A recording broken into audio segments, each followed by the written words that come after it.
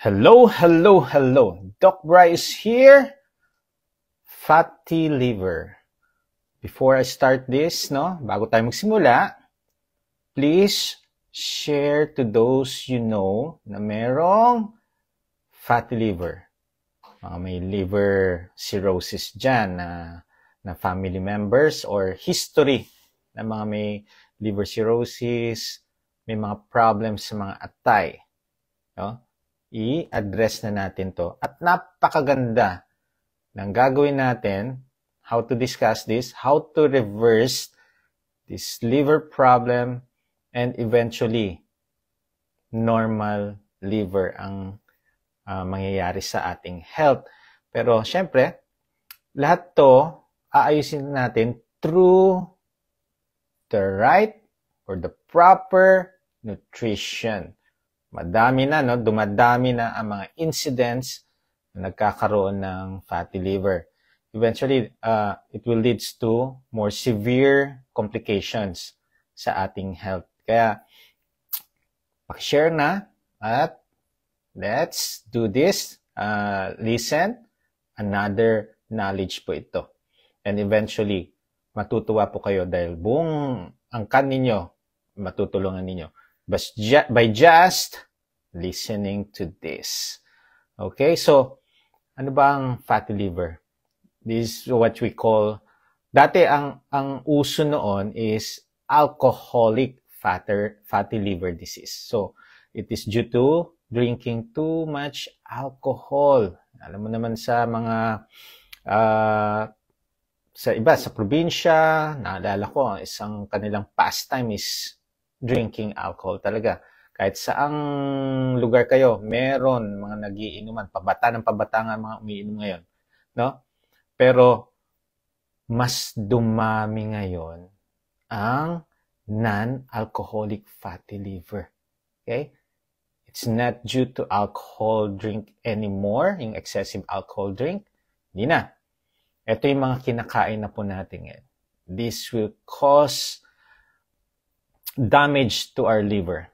Kaya please, makinig po tayo. So, kung anong ibig sabihin ng non-alcoholic fatty liver disease, this is an excess fat deposition in our liver through ultrasound by ultrasound yan.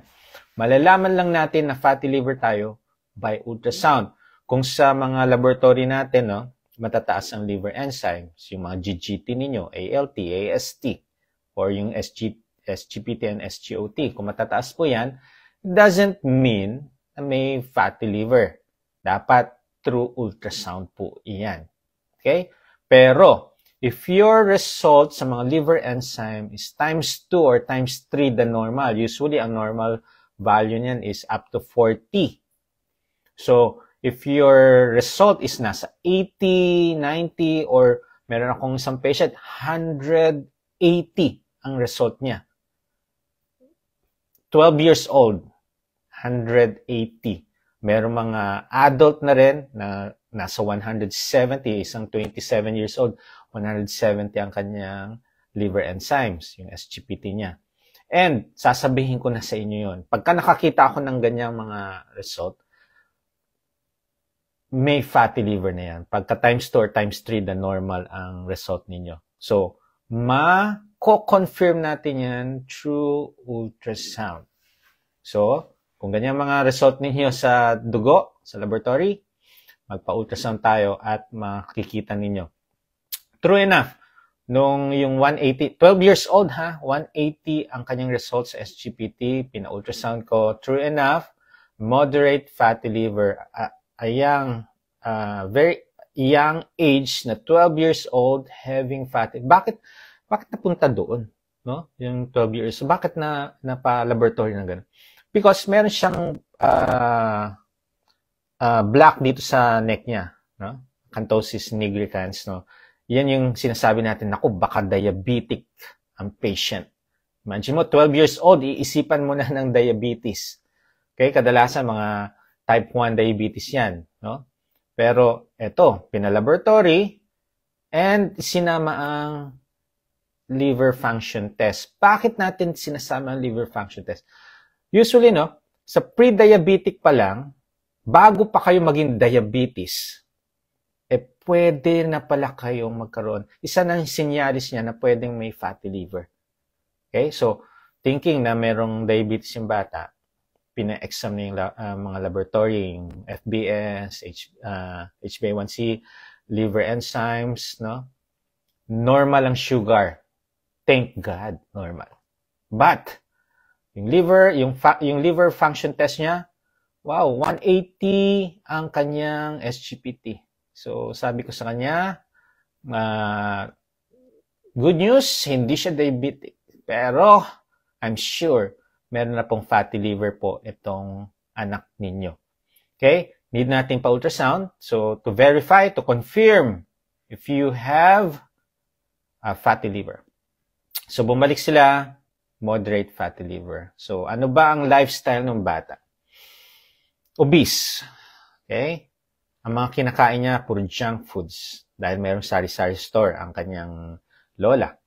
Okay? So, madalas dun sa sari-sari store. Ano ba yung nasa sari-sari store? Soft drinks, mga chichirya, mga processed foods. Okay? Yan ang kanyang meal. Yan ang kanyang food. Okay? So, halos lahat ng mga bata ngayon, or hindi lang mga bata, tayo mga teenager, adolescent, or mga adult, talagang ang mga binibili natin mga food ngayon are all processed. Lahat ng mga sa plastic, easy to bring, no? Hindi na kayo nagpre-prepare, bibili na lang kayo, ayan na yan. Kung gutom, kakain lang kayong ganyan. And ito ang nag-damage sa kanyang liver. Okay? So, ano daw gagawin nila? Okay. Ano muna ang mga risk factors, no, of this this fatty liver diseases? Okay? Number 1 is overweight or obese. Number 2, yung iba may high blood pressure na. Okay? Number 3, high ang triglycerides. Okay? Sa liver yan. So, tendency yan, tumas din ang triglycerides. So, pag namataas ang triglycerides nyo, pwede rin. Okay? And also, those who are diabetic. Okay? At tandaan ninyo, if you're diabetic, pwede rin po kayo magkaroon ng fatty liver diseases. And not only the triglycerides. Kaya ito, no, nakakatuwa. Lipid profile, dalawa ang palaging nababanggit. Triglycerides na mataas, HDL na mababa. Sa metabolic syndrome, kasama din itong part ng lipid profile, kasama din siya sa metabolic syndrome. O, ulitin ko ulit ha, there are 5, no, kailangan na meron kayo para masabihan kayo metabolic syndrome. High waist circumference, okay, sa mga lalaki, 102 cm. More than 102 cm. Sa mga babae naman, nasa 88 cm and above. Pagka ganyan, malaki na yung waist circumference ninyo. So, ano pa yung isa? High blood pressure. High sugar. Triglycerides are high. Low HDL. Ito yung 5 criteria. If you have 3 of these, metabolic syndrome na po kayo. Okay? So, included din pala sa fatty liver yun. Ba? Ito yung mga pwedeng mangyari sa mga may fatty liver. Kaya, halos lahat ng mga lifestyle diseases natin, makikitaan nyo itong mga criteria na to. Okay? So, how to know? Kung through ultrasound. Okay? Blood exam, yung GGT ninyo, yung AST ninyo, or yung ALT. Tingnan ninyo. Then, you can do the ultrasound to confirm it. Okay? So, what to do? Pagka meron kayong mataas na liver enzyme, may GGT na mataas, or sa ultrasound, may fatty liver na. Either mild, moderate, or severe. Pansinin niyo, no? Time in memorial, meron na kayong fatty liver, after a decade, 10 years, andyan pa rin. So, paano natin, no? Paano natin tatanggalin to? So, kadalasan, no, ang mga advices sa mga health practitioner is you lose weight, okay? Low-fat diet, yan usually ang ina-advise sa atin, no? Lose weight, low-fat diet, no? Low-calorie intake, okay? Control your sugar. Alcohol cessation. So, ititigil ang pag-inom ng alcohol. Okay? Yung iba naman, ina-advise to drink coffee. Okay? Para makaiwas ito yung makaiwas ng fatty liver. Then, yung iba, they give lipid-lowering drugs. Okay. Ang lipid-lowering drugs or yung mga statins, no? Walang effect sa triglycerides. Okay? So, wala. Then, yun yung mga ituturo sa atin. But, no? Ito yung natutunan ko sa aking practice sa mga patient ko who have so many problems, not only the fatty liver, diabetes, no? Hypertension, gout, lahat yan. Ano ang ginawa natin? We did the healthy fats. Okay? Healthy fats. You can treat taking healthy fats, changing your lifestyle into a ketogenic or low-carb diet. Okay? So, meron na mga studies na if you're taking healthy fats, you will reduce other cancer, no? Mga cancer or other cancers, you will lower the risk for cardiovascular diseases, chronic inflammatory diseases, and ang maganda pa dito sa low carb or the healthy fats diet is you improve your brain function. Okay? So, nung nag-start ako mag-treat ng mga patient ko, with this lifestyle, ang daming na-address. Obesity, diabetes, inflammatory bowel syndrome, hypertension, reflux, yung GERD, yung esophageal reflux disease. Okay? And mga cardiovascular diseases. Fatty liver, kasama na yan. PCOS, even Alzheimer's. Nakakatuwa when I started treating my patient with this lifestyle, the low-carb lifestyle, mas marami ako nakita ang improvement sa kanilang health, sa kanilang laboratory. Sa totoo lang, I do not treat the laboratory, I treat the person. So when you treat the person, lahat umaayos, gumaganda. So, paano nangyayari to? Meron po kaming program, no? Ang program is a one-on-one counseling, monitoring, guidance, no? Through coaching to. So, for best results, talagang makikitaan niyo yan ng best results when you do this one-on-one counseling. Okay? So, kadalasan ang mga patient namin, when they enroll, start na namin ng strict low-carb yan. But, pagka napansin ko na hindi kaya, nag-a-adjust po ako. Kaya talagang one-on-one. Nakikitaan ko kung hindi kaya, mag-a-adjust tayo. And dun sa mga kinakaya, mas mabilis ang improvement niya.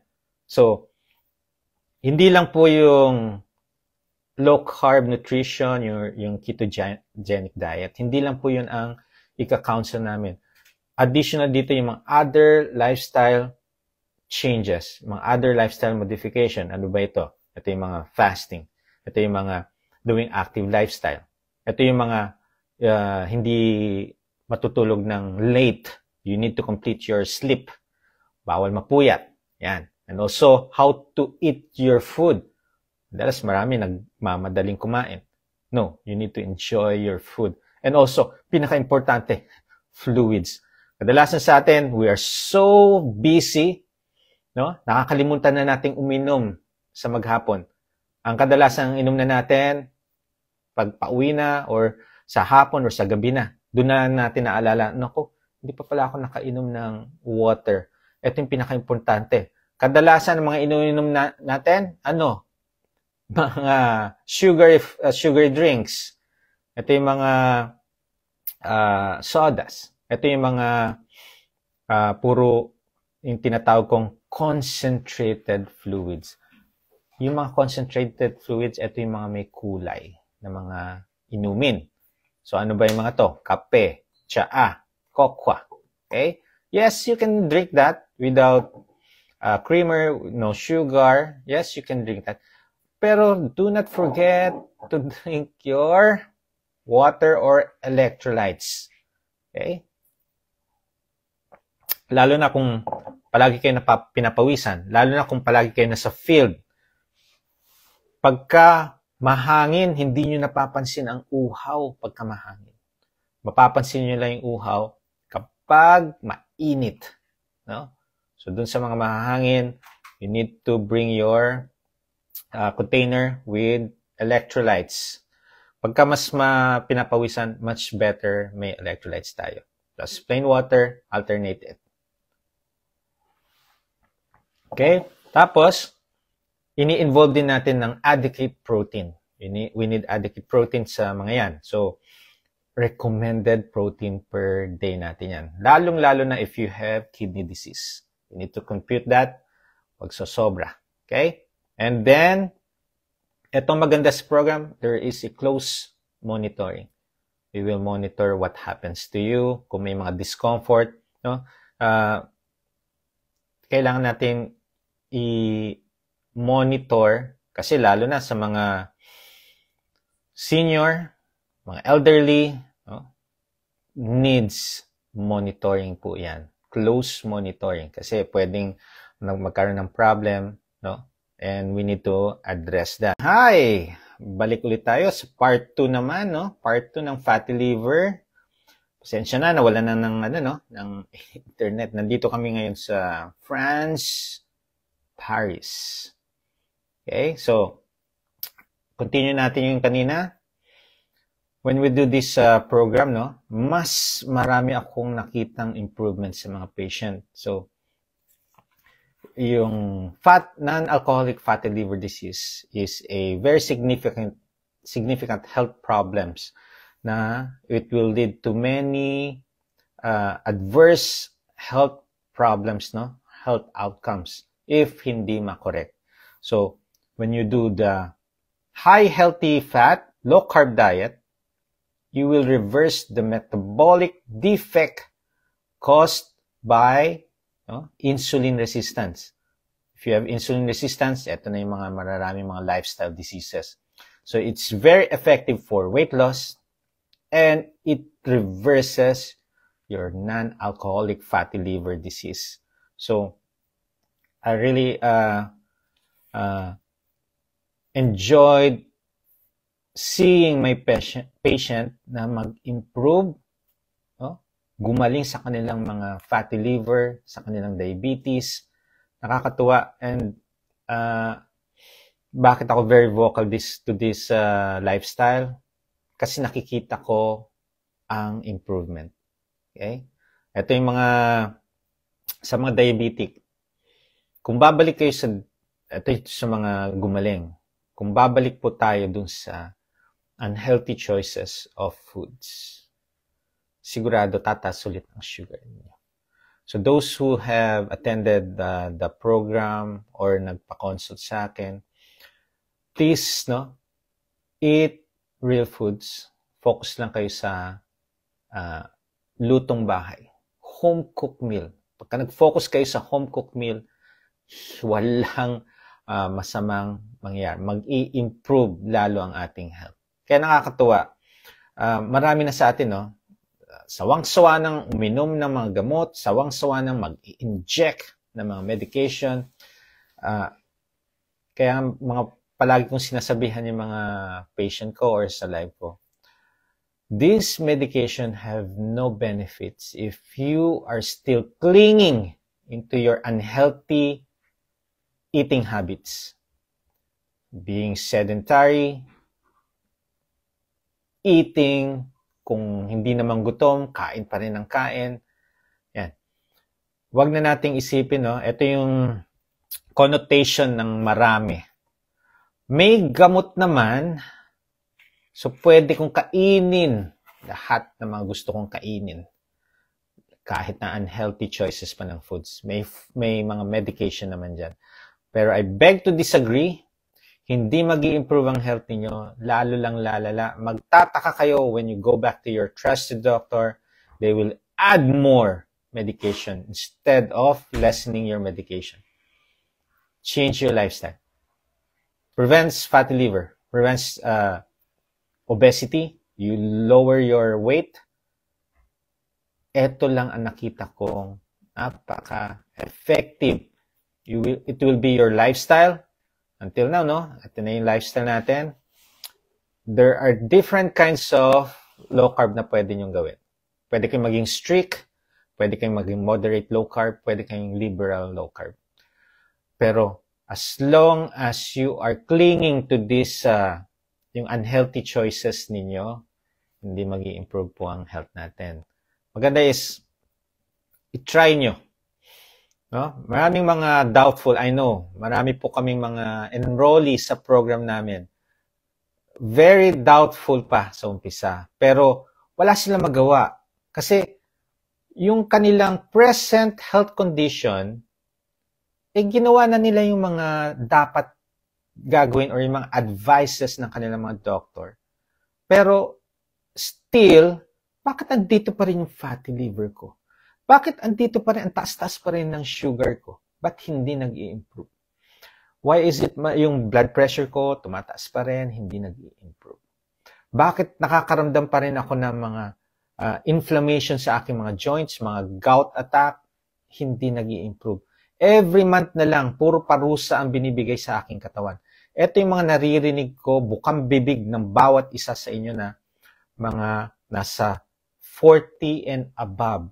Lalo na sa mga elderly, sa mga senior, yan yung mga naririnig ko. But when they enroll sa program, it's an individual approach to. Talagang nakatutok sa person, no? Individual person to. Kaya nakikita namin mga complaints, nakikita namin mga discomfort, no? And after 2 weeks, 3 weeks yung iba, na-amaze, namumulat ang mata nila. Sa umpisa, Doc, Kuya Gibo, sa umpisa, doubtful ako, pero eto lang yung, nung nakikita ko yung mga ibang mga patient ninyo, Doc, na nag-i-improve, sinubukan ko ito. Gusto kong mawala tong mga nararamdaman ko. Gusto ko ma-normalize ang liver function test, yung fatty liver ko mag-improve, ma-reverse. Yung sugar ko, ang taas-taas ng sugar ko, pag-check ko nasa 200, pag-check ko nasa 190, 180, yan ang sugar ko. Hindi nag-i-improve. May time mag-i-improve, pero bakit after ilang days, ayan na naman siya, 180, 190. So bakit? Choices. Yan yung mga kinakain natin. And the rest, kapag namulat ang kanilang mata, nakita nila ang difference ng dating lifestyle nila, mga result ng kanilang mga data. Sa ngayon, binago na ang kanilang mga lifestyle, na-amaze sila. From having 200 of sugar, 190, down to 100, down to 90, down to 80 or 70.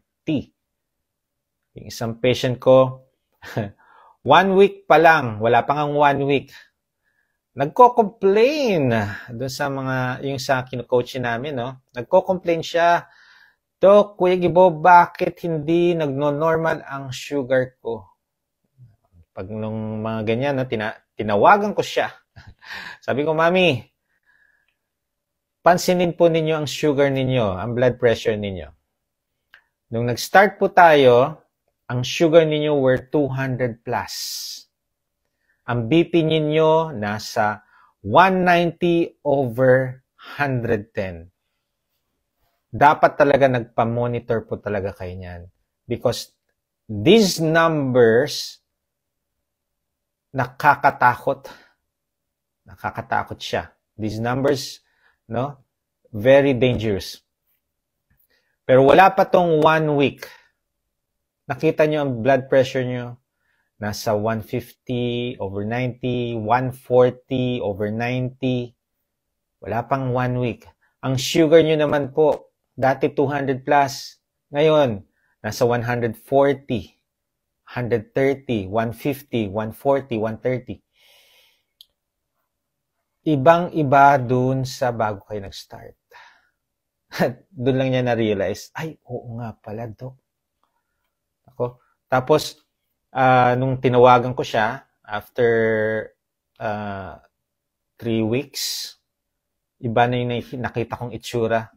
Nakakagulat. Siopaw na siopaw ang mukha. Nung tinawagan ko, Mami, parang bumabata kayo Kasi, i-impis na yung siopaw ninyo. So, pati appearance will improve, definitely. Okay? Sabi ko, tutok lang. Ito, may anxiety pa. Laging magalitin. Kaya sabi ko sa kanila, when you are enrolled in our program, bawal magalit sa amin dito, ha? Bawal magalit. So, iwas sa mga nagkakos ng galit. And definitely nag-improve. Dati, puro bukang bibig niya mga problems. Ngayon, natutuwa siya sa mga situation ngayon. And hindi na dangerous ang kanyang level of blood pressure. Kaya nakakatuwa. Ito yung mga ginagawa namin sa mga patient. It involves everyone. So whenever you do a consultation with me, please bring your family. They need to hear what I say. No? Hindi lang mga pasyente ang kakausapin ko. It involves all your families, yung family members, kung sino yung kasama nyo sa bahay, it involves them. Hindi lang yung kayo. Okay? Kaya, bring them. Tapos, they can ask question. Tulad ngayon, this is a time for asking questions. No? Pero tandaan, this is not a diagnosis. This is an additional knowledge for you. So, if you have health concerns and you want to start these lifestyle changes, please consult first your trusted doctor. Have a baseline lab results. Tingnan po muna natin ang mga baseline lab results if it's walang problem. Kung may problem, dyan tayo mag-a-adjust.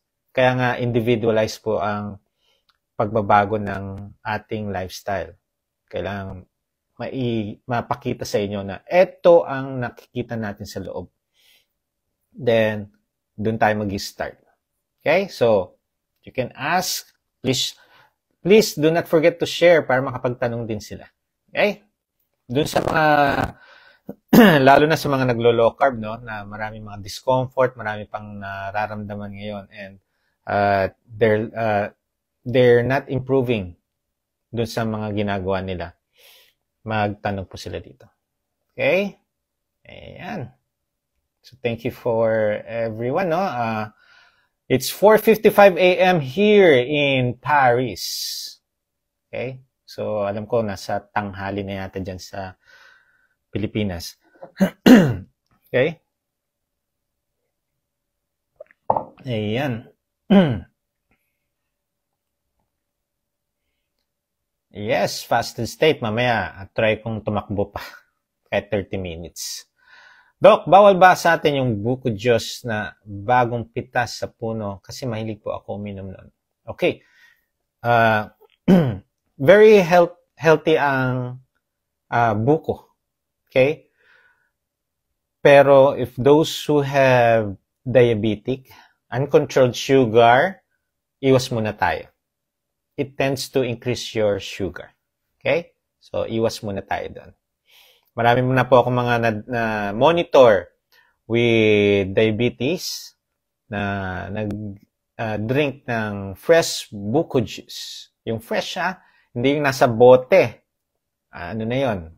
May mga halo na yun. Okay? Yung fresh buko juice, nagtaas ng sugar nila. Okay. Ang clear ng skin mo po, nako, bagong hilamos. Kapeng barako, okay. Any kind of coffee, as long it's black, no creamer, no sugar. Adapt. Ako, dati, meron pa akong stevia noon sa kape ko. 2 sachet. Then eventually, tinanggal ko na, naging 1 sachet. Ngayon, nagkakape ako, black, no creamer, no sugar. Pero dati, daily ako noon, no? Ngayon, bihira, pagka hindi ako masyadong busy, nakakapagkape ako. Pagka sobrang busy ko, nakakalimutan ko na magkape. Mas prioritize ko ang electrolytes. Bakit sinabi ko yan? Because pagka busy ako, no, training yun. Palagi ako nagtitraining yun. Very busy kasi I want to finish my training, running, biking, or swimming, bago ako magpasyente, bago ako mag-clinic. Kaya may time na talagang hindi na ako nakakapagtimpla ng coffee. Okay? Kapag mayroong peptic ulcer under treatment ng H. pylori, hindi po ba bawal mga red meat or fatty foods? No. Okay. Marami na po akong na-address dyan sa GERD, but peptic ulcer caused by bacteria, you need to drink your antibiotic. Okay? Usually, 3 antibiotic yan na iinumin. Okay? Address that. Pero yung red meat or fatty foods, no, does not cause peptic ulcer, does not cause yung GERD ninyo. Dati ako may GERD. Okay? How? Bakit ako nagkaroon ng GERD? Sugar, carbs, puro pandesal, no? Lalo na yung malunggay pandesal, sarap. Kaya nagkaka-GERD ako after that. Or yung anli, mga anli na pagkain natin, anli carbs. Yan yung mga pwede mag-cause ng GERD. Hindi lang po mga food ang nagko-cause ng GERD, ha? If you have high waist circumference, pagkamalaki ang tiyan ninyo, dito sa middle, pressure yan. So pagka-pressure, pwedeng bumaliktad yung or bumalik yung mga kinakain ninyo, causing reflux disease. Okay? Ayan. How many eggs can we eat in a day? I usually advise them to 3 to 5 eggs a day. Okay? Variety. Wag pong mag-focus lang sa isa. Pero kung yan talaga ang ating budget, yes, you can eat fish, okay?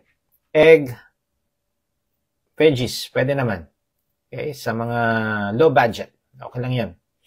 You can do clean and safe itong low carb. Okay? Okay, fluids. Yes, pwede po ito. Yung mga binanggit ninyo, cucumber, mint lemon, turmeric, pwede po yan. Okay, ano pa? Palagi ako gutom. Okay. You know why you're still always hungry? Pagka puro high carbs ang kinakain niyo. Okay? Pag high carbs, pansinin niyo when you eat puro high carbs or sugar or processed foods, after 1 hour, 2 hours, nagugutom ulit kayo. When you start etong lifestyle na to, yung low carb, yung keto, okay? Mapapansin niyo, no, eventually mapapansin niyo yung hindi gutom. Kaya when yung mga coaching namin or mga patients, sasabihin ko sa kanila, eat whenever you're hungry, as long as you focus dun sa safe food list. And when you do that, after 3 days, after a week, mapapansin ninyo, ay, parang hindi ako gutom. The problem with us, sa mga Pinoy, no, kahit sa ang sulok ng Pilipinas, ang problem nila, hindi sila gutom, pero kain ng kain. Bakit? Nandiyan ang food. Pagka nandiyan ang food, kakain ka. Kumain ka na, darating yung kasamahan mo, kasambahay mo, kakain pa lang. Sasamahan natin kumain. Oh, edi, hindi ka naman gutom. Sasama mo siyang kakain, hindi kakain ka rin. So, yan yung mga problem. Another thing is, yung mga sobra or mga tira-tira na mga kasama natin, lalo yung mga anak natin, no? Mga tira-tirang food, sayang. So, we tend to eat yung mga tira. Yan yung problem natin. Please, chew your food properly before swallowing. Kumuha lang kayo ng kaya niyong ubusin. Usually sa mga Pinoy, no? Merong handaan. May invited tayo sa mga fiesta, invited sa birthday, sa kasal, or sa mga meeting, no? Kung kayo man nagpapamiting, no? Ang advice ko dun sa mga naglo-low carb, eat at your home. Kumain na po kayo ng mga home cooked din ninyo para pagdating nyo dun sa event, socialization na lang gagawin ninyo. Or, kung kakain man kayo, konti na lang. Okay? Yan yung mga tips natin. Ay, out po ang beer. Napakatas ng carbohydrates yan. Lahat po ng mga nirarayuma, kakainom yan. Okay? So, out po ang beer. If you have CKD, need one-on-one consultation po yan. Face-to-face or online, pwede po yan. Need nating makausap kasi marami pong aayusin dyan. Hindi natin madidiscuss lahat to. Pero you can watch my live na CKD. Naka-save naman dyan. I-browse nyo lang po. Okay. Ayan. Ayan. Sabi ni Miss Bethel Chu, ang hirap sa umpisa mag-mindset shift from old or usual teaching ng mga doctors, takot tayo sa eggs, meat, fat, dahil sa cholesterol. But when you learn this lifestyle, sobrang nakaka-amaze. Mindset shift ang kailangan talaga. Yes, alam mo, nung pinag-aralan ko tong low carb, bago ko i-adapt, pinag-aralan ko muna to. Grabe yung shift ng aking realization. Kasi, nung nag-manage ako ng mga patient, diabetic, hypertensive, may mga gout, no? Hindi nag-i-improve ang kanilang health. After 3 months of follow-up, wala pa rin. Ang tendency ko is add more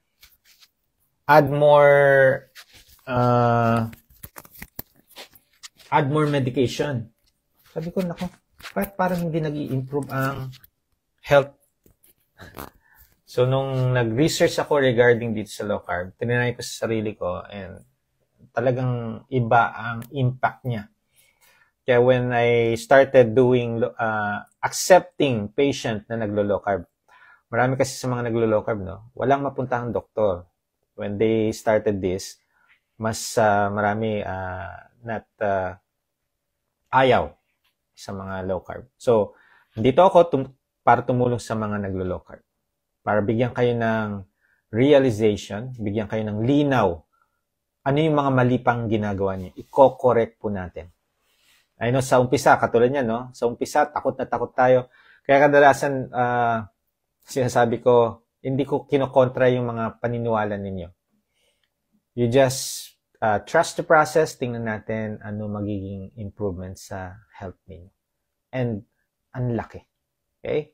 Alam ko, takot na takot pa rin tayo sa cholesterol. Pero, sabi ko sa inyo, inflammation ang nagbibigay ng problem sa ating katawan. It's not the cholesterol. Bantayan ninyo ang triglycerides ninyo. Bantayan ninyo ang HDL ninyo. Okay? Yan yung pinaka-importante. Thank you. Ayan. So, okay.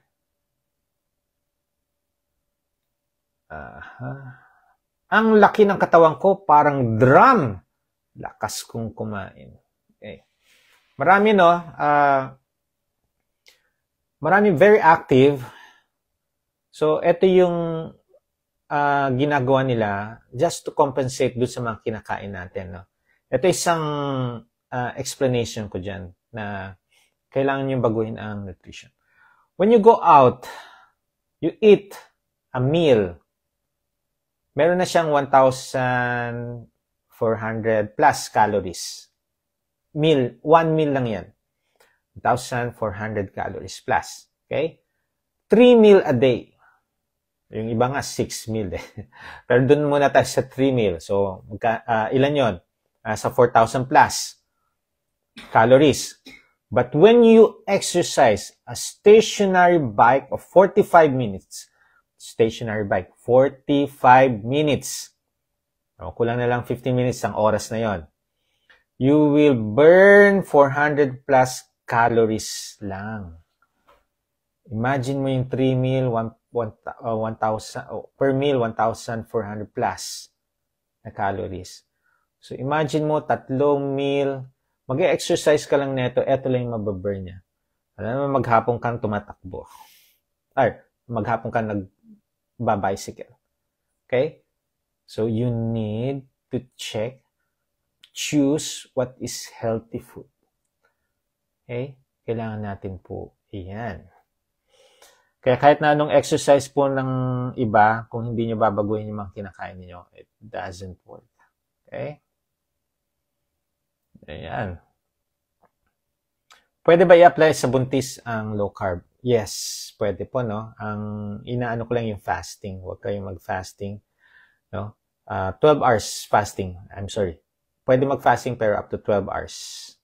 Ayan. Anong 12 hours? Kung 7 p.m. ang last meal niyo, 7 a.m. ang pwede kayong, that's 12 hours fasting po.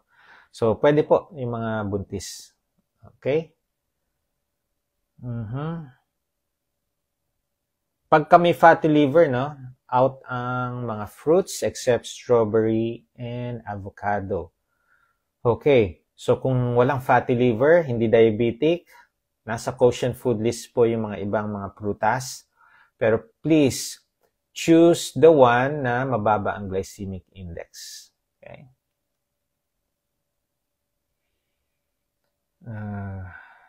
Okay. Ano pa? Paano tayo mag-start?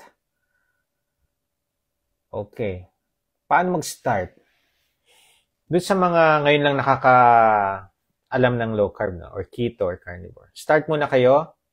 Kung natatakot pa kayo, no? Start muna kayo sa processed food, sugar drink. Diyan kayo mag-focus. Processed food, sugar drink, sugary food. Out ninyo. Strict one month. Hindi nyo sa part 1 ng mga question. Pagdating ng 1 month, mapapansin nyo lumuluwag ang damit. Then, it continue ng 2 months, yung mga naglalaki ang tiyan, lumiliit. Magugulat kayo talaga. Okay. What is the difference between fatty liver and liver cysts? Yes, ang fatty liver, yung buong liver yan, naninigas. Yung consistency ng liver ninyo. Dapat malambot siya, tapos yung color niya pink. Pagka nagiging fatty liver, mild, moderate, severe, nag-iiba ang color, nagda-darken, tumitigas. Yung cyst, bilog, cyst. Okay? What diet can be done to prevent or eliminate liver cysts? Binabanggit ko na po. Ito po.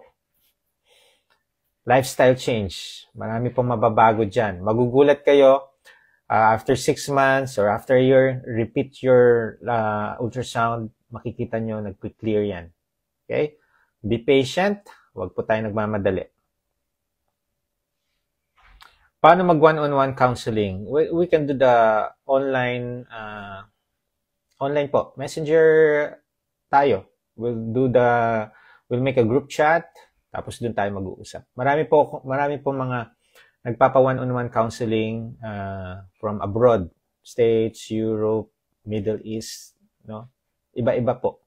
Luzon, Visayas, Mindanao, meron din po. Through online yung iba. Yung ibang naman, may taga Mindanao, pinuntahan ako sa Bulacan. May taga Pangasinan, may mga taga Norte. Talagang mas gusto nilang makausap ako. Sa totoo lang, mas gusto ko yung personal na face-to-face kasi makikita ko siya, makikita ko rin yung mga kamag-anak at doon ko nasisimulan. Hindi lang yung patient ang na-educate, it involves also the family. Pagdating kasi sa Messenger, o di ikaw lang, or pwede natin isama yung mga family members din doon, kaso masyadong, pwede silang makinig. And they can ask question, lalo na kung nasa face-to-face. Yes, they can ask question. Okay? Ano pa? Ito yung sa first episode, yung mga nag-question. Okay? Ayan. What about milk in black coffee? Anong purpose? Bakit gusto nyo mag-milk? Okay? May purpose, no? Kung ano. If you want, pwede pong almond milk. Pero dun sa mga oxalate sensitive, out po ang almond milk. Okay? Okay, may mga nag-IF lang, no? Intermittent fasting. Marami sa atin dito nakikinig. Not doing the low carb, not doing the keto or carnivore. No. They're just doing the intermittent fasting. Ang dami kong mga patient, nag-start sila sa intermittent fasting. Di ba, bumabalik kayo sa high carbs. Bumabalik ulit kayo na hindi kayo nagpa-fasting. Kasi yung mga IF, kumakain pa rin ng mga carbs. Yes. They break their fasting eating high carbs or sugar food, sugar drink. Hindi yan magtatakal. Bakit? Napakahirap mag-fasting kung kumakain po kayo ng high carbs. Titiisin nyo talaga yung gutom. Nakakaramdam na kayo ng gutom, pero you have a schedule. Ako, kailangan kong mag-fasting ng 18 hours. 14 hours pa lang, nakakaramdam na kayo ng gutom. Huwag niyong pipilitin ang fasting, no? Kasi makakakita kayo ng ulap. Baka makita niyo si San Pedro. Ulap. Sobrang gutom na, nahihilo ka na, nanlalata ka na, sumasakit ang ulo mo, baka mag-blackout ka. That is the problem. Kung yung mga hindi nag-fat burning, napakahirap mag-fasting. You need to be in a state na ang binaburn mo ay fat bago mo maranasan ang mag-fasting or bago mo makaya ang mag-fasting. Tandaan ninyo, pag mataas ang insulin, bakit tumataas ang insulin? Mataas ang sugar. Pag mataas ang sugar ninyo, tataas ang insulin. Ang insulin, pagka mataas, it store fats. No? It will stores fat. Hindi yan magbaburn. Tandaan niyo. Okay? It will not break down your fat. Hindi yan magsusunog ng mga taba natin. Okay? If you're not in a low carb lifestyle. Napakahirap. Okay? 259 na uric acid. I think that's normal yata. Pero depende po yan, no? Sa iba-iba po mga normal reference ng mga laboratory natin. So tingnan niyo, nasa gilid lang po yan ng papel ninyo. Yung reference value or normal value nakalagay dyan. Okay, yan. Pwede ba mag-electrolytes araw-araw kahit wala na discomfort? Yes po, pwede po. Kadalasan, no, once na wala ng discomfort yan, nag-adapt na kayo sa lifestyle na to. So, kailan nyo iinumin ang electrolytes? During workout, during walking, or kung pinapawisan kayo, kailangan nyo mag-electrolytes. Okay? Kailangan po natin yan para hindi ma-dehydrate ang katawan natin. Pero sa, we need to compute your total fluid intake per day. Okay. Ayan, mayroon nagte-thank you. Doc, thank you. Yung mga videos mo, naging gabay ko sa weight loss journey ko. Consistent diet at exercise in 3 months from 70 to now 60 kilograms na. Wow! So, dati, anong size nyo? Ngayon, baka nakaka-small na kayo or medium. Baka small na nga, no? Nakakatuwa. Yan yung pwede nyong ipagmalaki. That by watching this live, by changing your lifestyle, doing something na hindi nyo pa nagagawa dati, nagkakaroon ng positive impact sa inyong health. Aba, from 70 to 60, it will boost your confidence talaga niyan. Okay? Alarming na po ba ang 192 ang CREA? Okay. Well, taas na yan. You need to seek consultation na po yan. We need to address immediately. Okay? Huwag na natin pagpaliban. Lalo na mag-holiday season. Okay? Okay, Herbalife. Ano ko? Product ano? As long ang mga tinitake natin product has mga 3 ingredients below. Napakaganda na yan. Kaya yung iba, pwede kayong mag-tea, yung mga green tea, isa lang ang ingredients yan. Pero, tingnan nyo yung mga label. Okay? Okay. Ovarian cyst. Pagka may ovarian cyst, no, ito yung mga polycystic ovary, no? If you have ovarian cyst, change your lifestyle. Ano ba advice ng inyong mga doctor? Lose weight. Malamang overweight or obese tayo. Lose weight is a number 1 yan. Eat real foods. No processed, no sugar food, sugar drink. Drink your electrolytes and plain water. Don't be sedentary. Move. Ano pinaka-basic na sinasabing ina-advise ko? Maglakad. Kasi pagka hindi nyo ini-enjoy yung exercise niyo, no? Hindi kayo magiging consistent yan. It will improve your, not only the PCOS, your fatty liver, your diabetes, your obesity, hypertension, mag-i-improve po yan pagka nag-exercise, choose healthy foods, lifestyle change, mag-i-improve po yan. Yes, ang shiitake pasok naman sa low carb unless you are diabetic. Pagka diabetic, out po ang dry shiitake, nagpapataas po yan ng sugar. Okay? Consume the wet shiitake po. Ang result, 53, mataas na po ang 53, no? Mataas na sa normal yan. So, you need to change your lifestyle. Kasi kung hindi nyo babago yung lifestyle nyo, yung result na 53, pwedeng tumaas palalo. Okay? Ayan.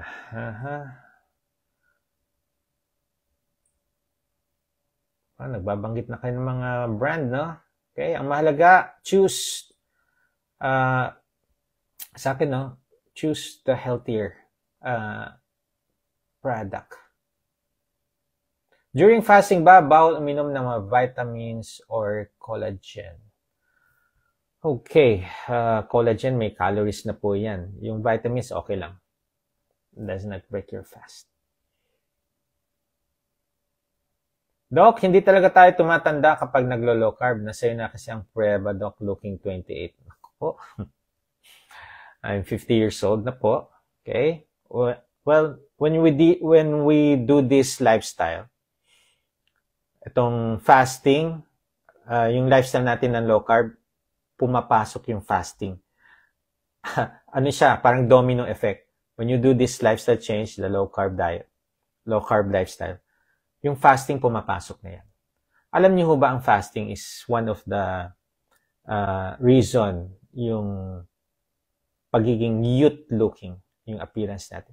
Yung fountain of youth na tinatawag dyan. Not only the fasting, but also the exercise. When we do high-intensity interval training, high-intensity interval training? Meron kang gagawin na exercise, 30 seconds. Tapos magre-rest ka ng 20 seconds. Tapos gagawin mo ulit. May iba na naman gagawin na exercise. Meron yan. Yan tinatawag na high-intensity interval training. Okay? When you do this two, yung isa na nga lang, na sa fountain of youth. Paano kung dalawa pa? No?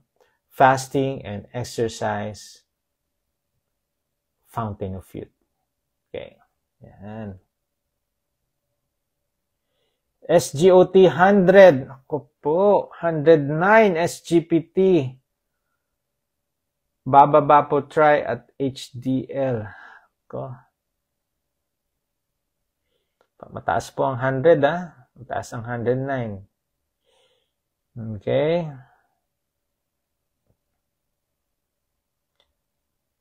Okay. Ano pa?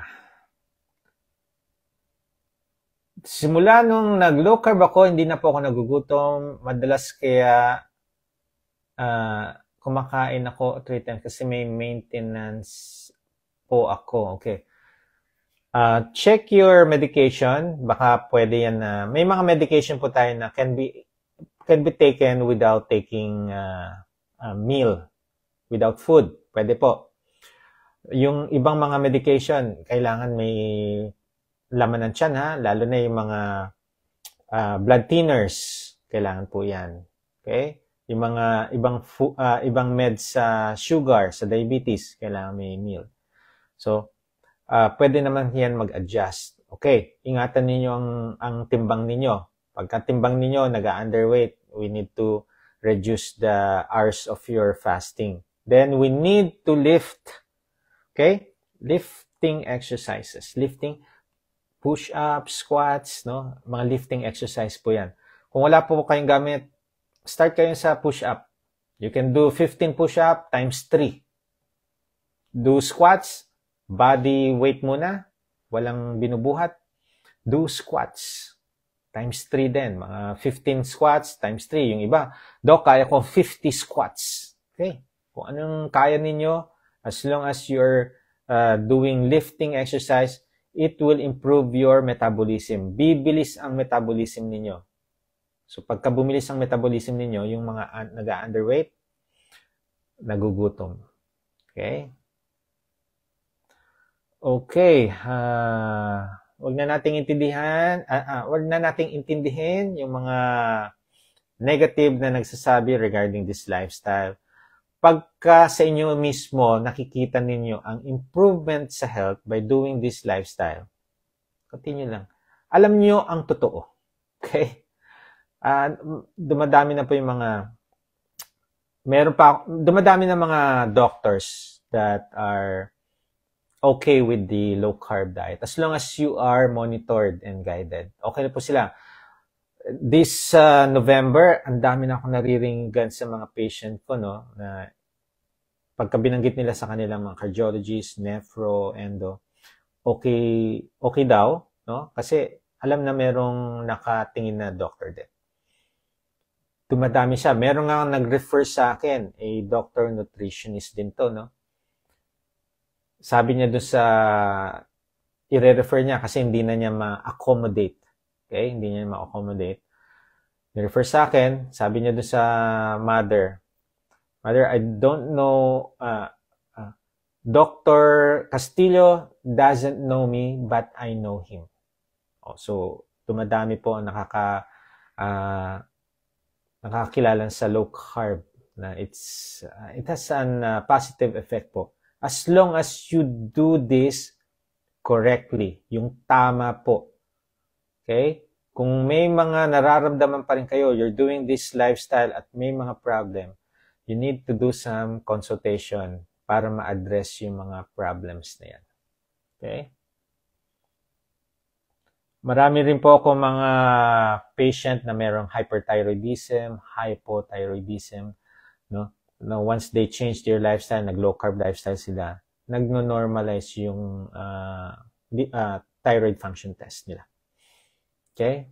Pero syempre, need pa rin natin ng guidance ng endocrinologist. Okay? Sila mag-aalaga sa thyroid function na yan, yung sa thyroid ninyo. Ako, aayusin lang natin yung lifestyle ninyo. Eventually, gumagraduate po yan. Pagka natutunan nyo na yung basic, natutunan nyo na yung mga ins and outs ng low carb, you can graduate sa program, gawin nyo na sa sarili nyo. And of course, may mga consultation din yan after 3 months. Sa akin, pagka nag-improve na ang laboratory, ini-extend ko na yun ng 6 months. Until yung iba, yearly consultation na lang. Kasi ang ganda. I have diabetic patient, 3 decades of being diabetic, 7 years of injecting insulin. Nag-undergo ng program, natanggalan ng insulin, natanggalan ng oral medication, doing repeat laboratory every 3 months, nakatatlong consecutive 3 months, normal ang FBS, normal ang HbA1c. Sabi ko sa kanya, you can now consume yung nasa caution food list, pero ang caution food list, in moderation, anong moderation ni Doc Rai? There will be days that you will not eat dun sa caution food list. So, kadalasan 2 or 3 times a week. Pwede po yan. Then, syempre, check pa rin ang mga nararamdaman ninyo, mga discomfort. Checkin ninyo. Laboratory, kailangan regular check pa rin yan. Okay? Yan. Bakit mabula ang wiwi umaga pagkagising? Dehydration or baka may tinatawag dyan na strenuous exercises. Pagka mga na strenuous exercises, pwede pong nag-cause ng bula. Okay? Hydration po yan. Compute your fluid intake and please spread it throughout the day. Pagka ihi po kayo ng ihi, no? Mas marami yung iniihi kaysa yung iniinom ninyo, madidehydrate po kayo. Pwede mag-cause din ng bula ng ihi. Okay? Ayan. Parang may nakabara sa lalamunan ko. Pag lulunak ko, ramdam ko, parang may nakabara. Okay, consult po muna. Kailangan masilip yung lalamunan niyo. Kailangan kapain dito. No? Pwede kasi yung may mga enlarged tonsil. Pwedeng bumara. Pagka-inflamed, nagdidikit. Kaya nga pagka malaki na yung tonsils mo, tapos namaga pa siya, talagang didikit. Kaya kadalasan niya, admit po yan, IV antibiotic para mag-subside yung inflammation, yung infection. Okay, check mo po muna. And yung mga nakakaramdam ng bara sa lalamunan, pwede pong dehydration or may mga GERD, may mga reflux diseases yan. Kakaroon ng problem sa trachea natin. Kasi yung acid bumabalik. So, makakaramdam kayo ng parang nakabara or yung iba naman, dehydration, dry na dry ang throat. Okay? So, marami talagang babaguhin. Kaya, para malaman talaga, need deeper investigation, need consultation para maraming matanong sa inyo. Okay?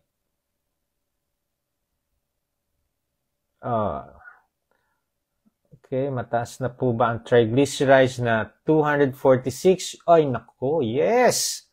Triglycerides na 240, usually, no, below 150 ang triglycerides. If you have high triglycerides, bagsak ang HDL ninyo, obese kayo, mataas ang blood pressure, mataas ang sugar, 5 criteria of metabolic syndrome. Pagka may metabolic syndrome, high risk for cardiovascular disease, diabetes, no? Kailangan nyo i-address na yan. Kung hindi nyo i-address yan, daalala po ang health ninyo. Ngayon, wala pa kayong nararamdaman, magugulat kayo. Marami akong sa Facebook, mga kakilala ko, na nagko-condolence sa mga kakilala nila. Ang babata pagka nakikita ko. Okay? Nakakaawa kung mauuna pa yung mga anak na pumanaw kaysa sa mga magulang. Nakakaiyak yan. So please, start them young. Dun sa mga 30s, 20s, 40s, please check your health. Okay? Yung mga magulang natin, mga lolo't lola natin, mga buhay pa, baka mauna pa tayong pumanaw. Okay? So please, check your health. Doc, anong gagawin? Iinumin na supplement kapag nakakaramdam parang may gumagapang na langgam o hangin mula ka ng balikat going likod ng right ear. May imbalance problem din, Doc, dahil parang mabigat pakiramdam sa right ear. Electrolytes po ba problema, potassium or nerve problem, Doc? Mga 3 years na naka-low carb. Okay. Tingnan niyo, no? Marami po sa naglo-low carb, 3 years, 4 years doing this lifestyle and still, meron silang mga health condition. Address natin. Number 1 na titingnan niyo doon sa mga naglo-low carb, no? Hydration. Baka dehydrated na po tayo. Doing exercise pero plain water lang, no? Please, take your electrolytes. Number 2, baka sobrang extended na yung fasting ninyo. Pagka nakaramdam kayo dyan, isipin ninyo gutom na. Hindi lang po sa tiyan ang gutom, dun sa mga ibang discomfort din. Kaya nga, i-address nyo muna hydration. Kung nakasip na kayo electrolytes, hindi nawawala. Gutom yan. Kung nakakain na kayo at nakainom na ng electrolytes, andyan pa rin yung discomfort. Ibig sabihin, palagi kayo nagpupuyat. Please, sleep early. You can wake up early. Matulog po kayo. Yan po yan. Ngayon, kung hindi pa rin ma-address yan, consult na po tayo. Baka meron ng underlying causes or underlying diseases yan. Okay? Doc, sa kakapanood ko from you, from 86 kilogram down to 79. Nakakatuwa, no? 7 kilogram na lose mo, just watching this live or mga live ko. Tuloy-tuloy lang po natin, be consistent. Yung iba kasi, na-motivate, tapos nawala motivation. Ano sinisisi? Dok, puro handaan kasi. Kung nagpa-consult kayo sa akin, ayusin natin yung mga, okay? Na pang low carb. Pwede naman. Okay? Marami tayong mga food products na low carb po. I-adjust nyo na lang yan. Whiskey. Okay, nasa Scotian food list. Yung whiskey. Yeah, pero pag kami fatty liver po tayo or nag-i-start pa lang tayo ng low carb, bawal po ang alcohol. Why? Bakit naman, Doc? Sabi niyo pwede. Nasa Scotian food list nga yan. Kasi pagka baguhan kayo sa low carb, madi-dehydrate po kayo, promise. Eh kung iinom pa kayo ng whiskey or mga hard drink, lalo tayong madi-dehydrate. Okay? Nakakatakot yung mararamdaman ninyo. Palagi kayo magpapadala sa ospital. Pero sa totoo lang, dehydrated na kayo. Uminom pa kayo ng whiskey, lalo kayo na-dehydrate. Okay? Hintayin nyo mag-adapt muna yung katawan ninyo. Okay? Yan. Okay, pasensya na, no? Kaya yung mga consultation ko, December na po. Okay? So, December na po, nasa Europa ang inyong abang lingkod. Okay? Doc, may dugo ang plema every time nasisinga. Ano kaya ito? Please check. Pwedeng sobrang kakadahak ninyo yan. Hindi yan singa. Dahak. No? Dumadahak kayo. Or pagka-chronic, may chronic cough kayo, pwedeng nasusugat yung throat ninyo. Pero please check. Baka may other problem po yan. Consult talaga yan. Pagka hindi normal na may dugo ha, ang plema, hindi normal. Okay? Pagka hindi yan nawawala, consult na. Okay, menopausal stages. Naku po. Okay. Change what you eat. Yung iba, pinag-e-exercise ko. Yung iba, pinag-fasting. Lahat to dapat ayusin yan natin sa mga nagme-menopausal stage. Maraming na-address na mga discomfort sa mga menopausal stage once you choose your correct food, once you do fasting, and once you do exercise. Kailangan component po yan. Kasama natin yan. Okay? Ayan. Gastro, prescribed phospholipid, elevated SGPT. Can I take this one on fasting? Okay. Number 1, no? Kung ako po, ang dami kong mga patient taking supplement for liver. Pero nung hindi pa rin nila binabago ang kanilang lifestyle, yung kinakain nila, hindi nag-improve. As is, mabawasan man, 1, 2. 170, naging 168. After, 3 months of taking supplements. Okay? Yes, you can take that sa fasting. Okay? Ayan. Ano pang dapat gawin kapag tuloy-tuloy pa din ang leg cramps, kahit ginawa na lahat ng payo nyo? Apply cold compress. Nako, pwede pong may mga mali po tayong ginagawa, no? Hydration. Kahit uminom kayo ng electrolytes, kung plain water, hindi rin kayo umiinom. So, hydration. Tandaan ninyo, too much salt, dehydration. Sobra ang salt, dehydration. Too much water, dehydration. Kulang ang water, dehydration. Siyempre, yung mga kinakain nyo rin.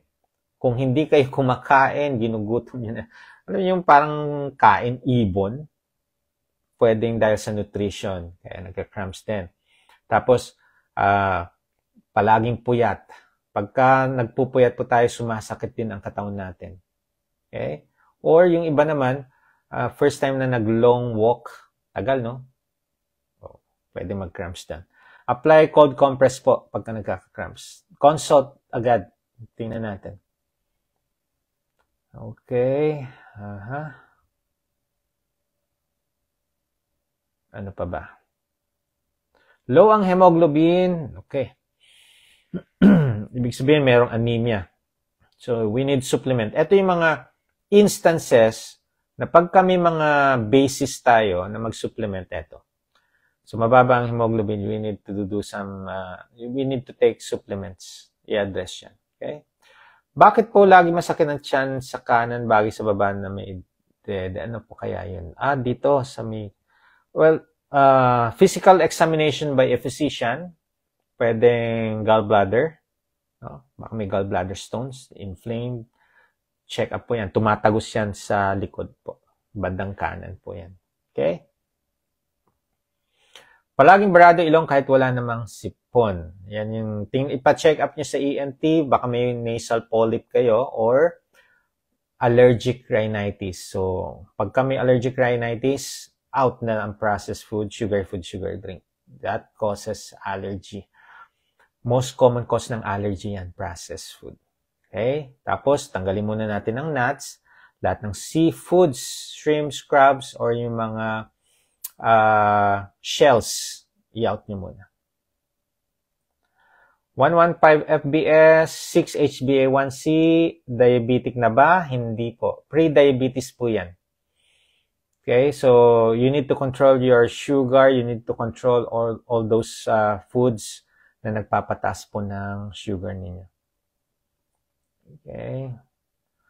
Mahirap makatulog. Anong vitamins? Vitamin sunlight. Vitamin D.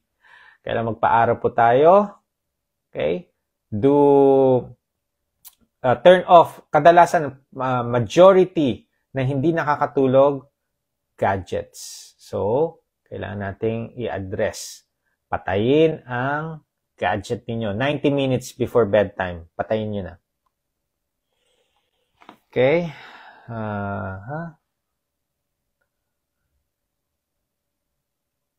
Okay, may nagtatanong paanong cause ng fatty liver. Panoorin niyo sa umpisa. Meron ako part 1. Panoorin niyo po 'yon. 'Yun yung cause niyan. Dok, hindi talaga tayo tumatanda kapag naglo-low carb, no? Nasayo na kasi ang... Ay, naulit ko na to.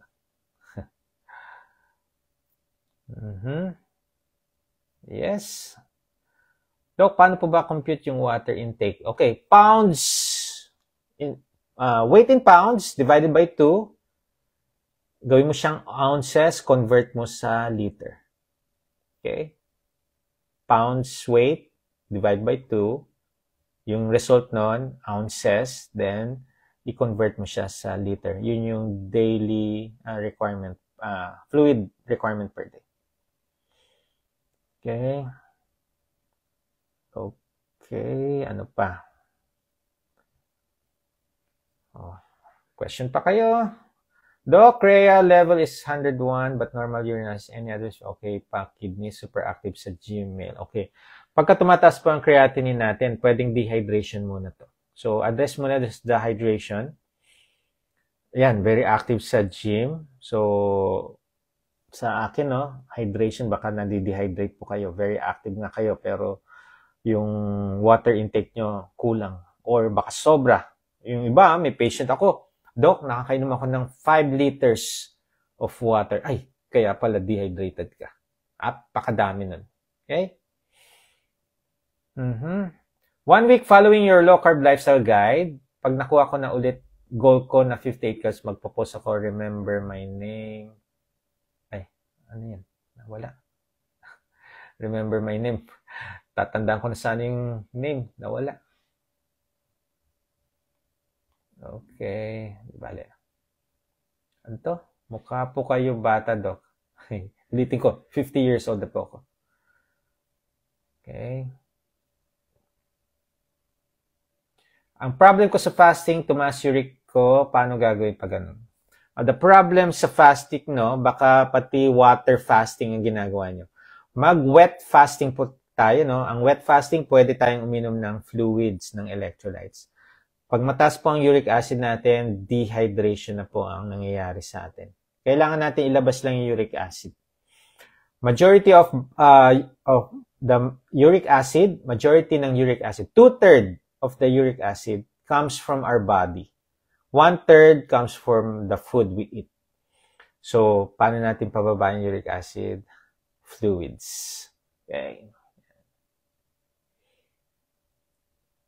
Nakakapagpataas po ba ng blood sugar and weight gain pag kumain ng mga keto treats like almond bread, low carb, cakes? Okay, pwede po, no? Kasi yung mga treats, kaya nga treats, no? May sweetener. Kaya pagka diabetic po kayo, no? If you are diabetic or you have fatty liver, no? I-address muna natin yan before consuming treats. Yes, you can eat almond bread pero walang sweetener. Pwede po yan. Once na ma-address natin to, yes, you can consume na. Pero syempre, ha, in moderation. O, alam niyo yung moderation ni Doc Bry, ha? Hindi yan daily. Pag tumaas ang FBS dahil sa lipid-lowering drugs, need ba itigon pag-take? Yes. Mas damaging po ang mataas ang sugar kaysa, no? Tawag dito, kaysa mataas ang cholesterol. Mamili na lang kayo dyan. Okay? Kung nagpapataas yan ng sugar ninyo, tanggalin nyo na. Kasi, mas damaging po ang mataas ang sugar. Okay? Ayan.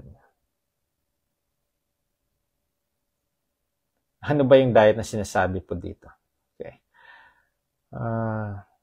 Merong eczema, ano pong gawin at bawal? Okay. Eczema, kailangan natin ma-check up yan kung talagang eczema. Marami kasi akong mga patient, you know, kala nila eczema, ang daming mga derma, sabi eczema. May isang derma na hindi. Doon sa mga kinakain yan. Yan ang sabi. So, nagpa-consult sa akin, yung akalang eczema, yun. Previously na guest namin yung patient, mayroon siyang skin disease na gusto ngang ipa-biopsy yung skin niya para malaman kung anong bacteria nagkakos nun. Pero nung nag-change siya ng lifestyle, nag-low carb lifestyle siya, nag-fasting, no? Nag-walking na to, nakita yung grabe yung improvement nung sa skin disease niya. Natuyo, na dati nagnanaknak ng nana. Ngayon tuyong-tuyo na. Ganda. Okay? So, ayan, ano pa? May type 2 diabetes ako. Napapansin ko po, sumasakit muscle ko sa paa. Tapos parang may tusok-tusok po. Ito po yung mga complication ng uncontrolled sugar. Ito yung mga diabetic. Na kahit na umiinom kayo ng medication, kung hindi pa rin nakokontrol ang sugar ninyo, complication, yan, diabetic neuropathy po ito. Ito yung sumasakit sa paa, tusok-tusok, yung iba hindi nararamdaman ang paa nila. So, another complication will be pagkabulag, nanlalabo ang mata hanggang sa mabulag. Another complication ng diabetes, CKD, kidney disease, nasisira, so nadadialysis. Another important na thing to know na anong complication ng diabetes, stroke. So, kahit na normal po ang BP ninyo, kung hindi nyo nakokontrol ang sugar ninyo, pwede po kayo ma-stroke at pwede rin kayong atakin sa puso. These are the complication na akala nyo na hindi nyo ma-acquire, no? Kung hindi, kahit na may diabetes tayo, kung hindi nyo makokontrol yan, pwede nyong ma-acquire. Okay? Hi, Doc. Ako yung nakasama niyo sa medical mission sa Bukawi. Hello. Yes. Good afternoon dyan. Good morning dito. 5:46 a.m. Nako.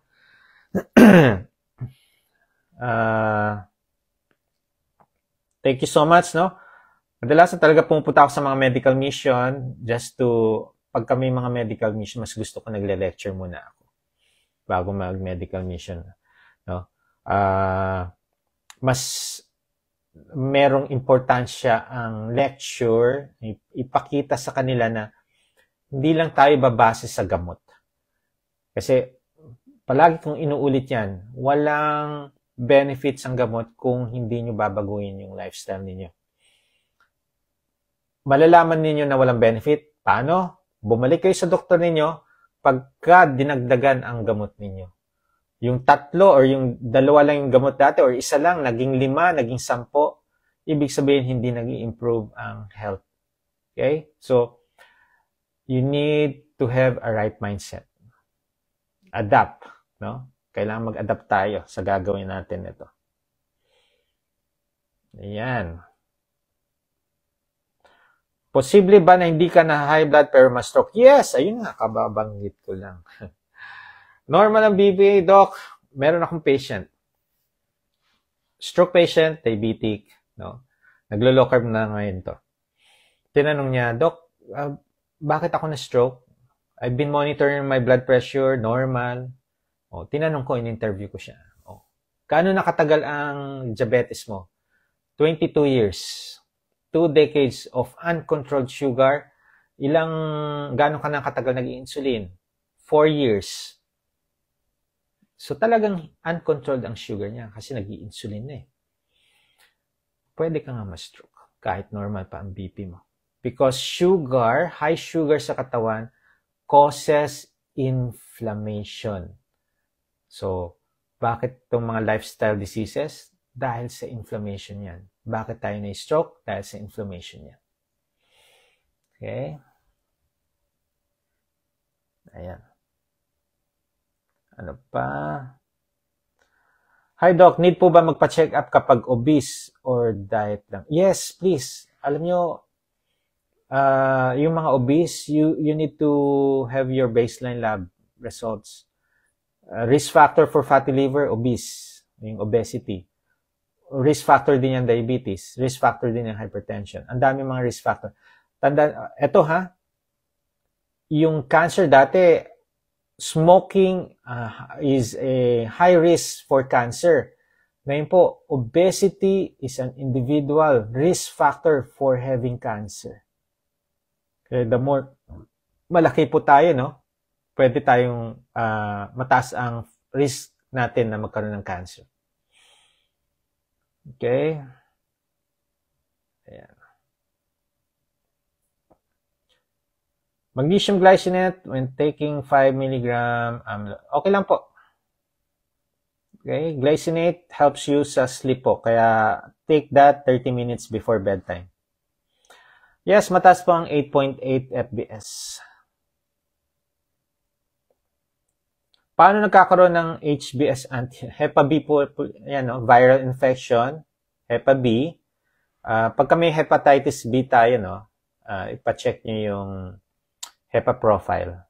Kasi dyan mo malalaman kung dati na kayo may Hepa, recent lang, or nasa acute phase ng infection, no?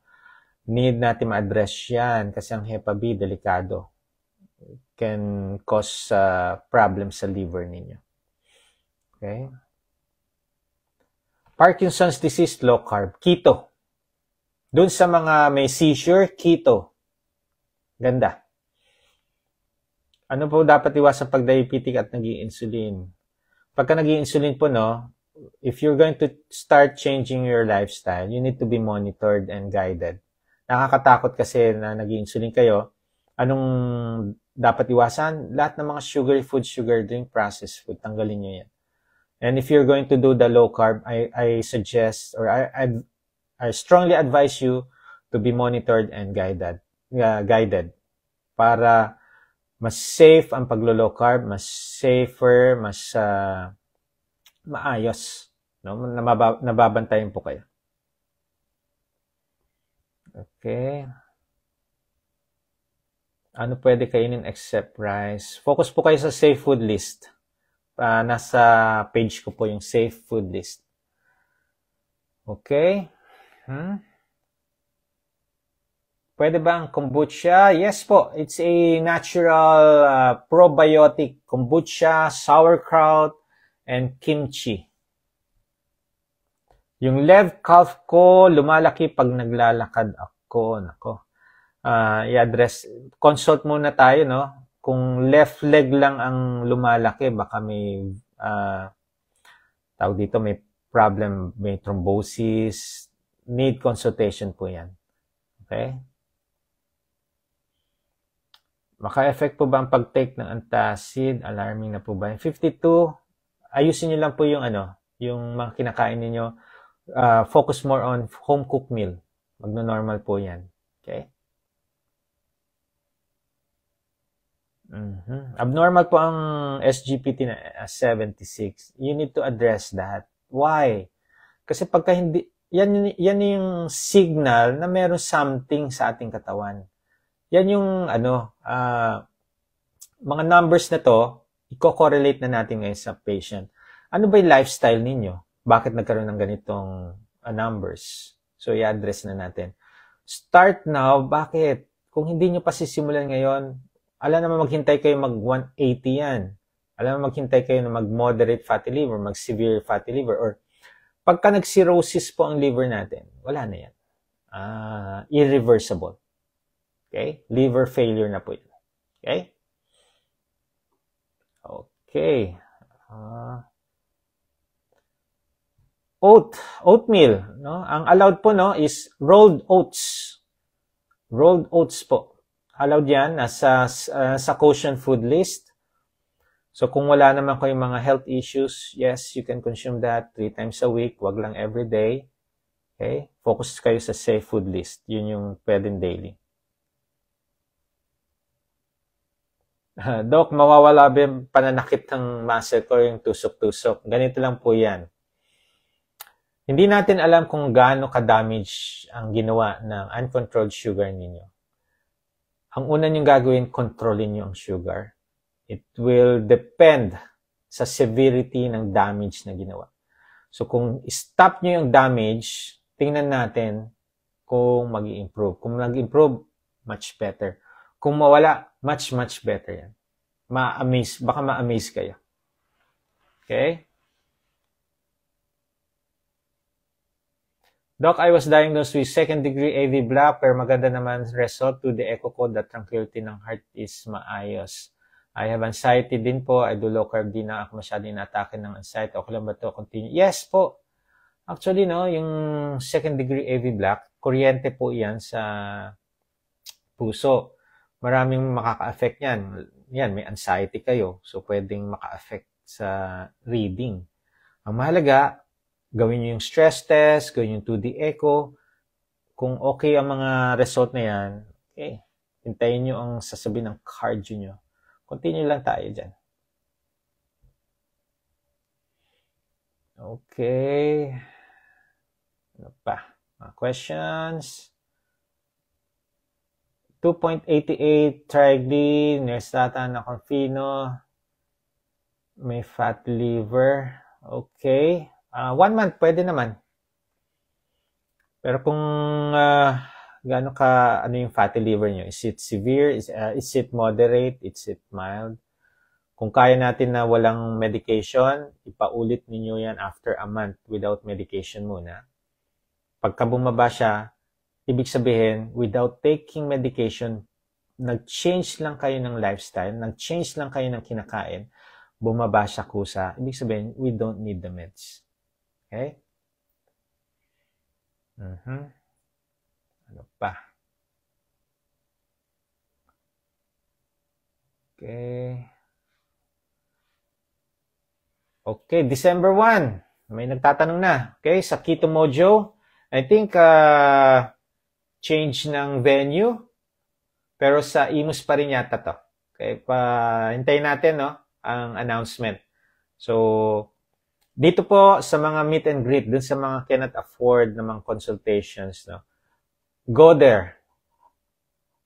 Libre po ang consultation ko dyan. Okay, sa mga meet and greet, pumunta pa kayo, dalhin nyo yung mga pinagbabawal na technique. Ano yung pinagbabawal? Dinidiretso ko na. Dalhin niyo yung mga labs ninyo. Yan yung sinasabi kong pinagbabawal na technique. Okay? Summary. And libre natin i-discuss yung mga discomfort ninyo, yung mga concern ninyo sa health niyo. Ayusin natin. Okay?